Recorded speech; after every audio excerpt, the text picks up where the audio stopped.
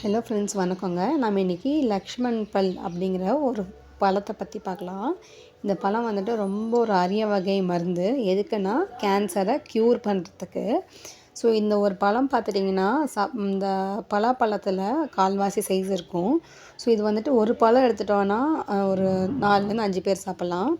கொஞ்சம் புளிப்பு தன்மை இருக்கும். ஆனால் நமக்கு வந்துட்டு நம்ம உடம்புல குட் கொலஸ்ட்ரால், யூரின் இன்ஃபெக்ஷனை சரி பண்ணுறதுக்கு, அதே போல் வந்துட்டு கேன்சர் செல்ஸை வந்துட்டு அழிக்கிறது, அதுவும் இல்லாமல் தண்ணி கண்டென்ட் பத்தாமைலாம் இருக்கும் இல்லையா? ஸோ அவங்கெல்லாம் வந்துட்டு இந்த ஃப்ரூட் சாப்பிட்டா நல்லா ஒரு எனர்ஜி கிடைக்குங்க.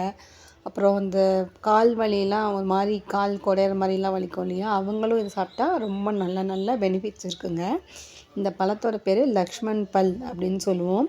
சீத்தாப்பழம் வெரைட்டியில் ஒரு டைப்புங்க. முள் சீத்தாப்பழம் மேலே முள் மாதிரி இருக்கும். உள்ளே வந்துட்டு நல்லா ஆஸ் யூஷுவல் சீத்தாப்பழம் மாதிரி தான் இருக்குங்க. ஆனால் லைட்டாக புளிப்பு டேஸ்ட் இருக்கும், அவ்வளோதான். இது நீங்கள் வந்துட்டு அப்படியேவும் சாப்பிட்லாம், இல்லைன்னா ஜூஸ் மாதிரியும் போட்டு சாப்பிட்லாம்.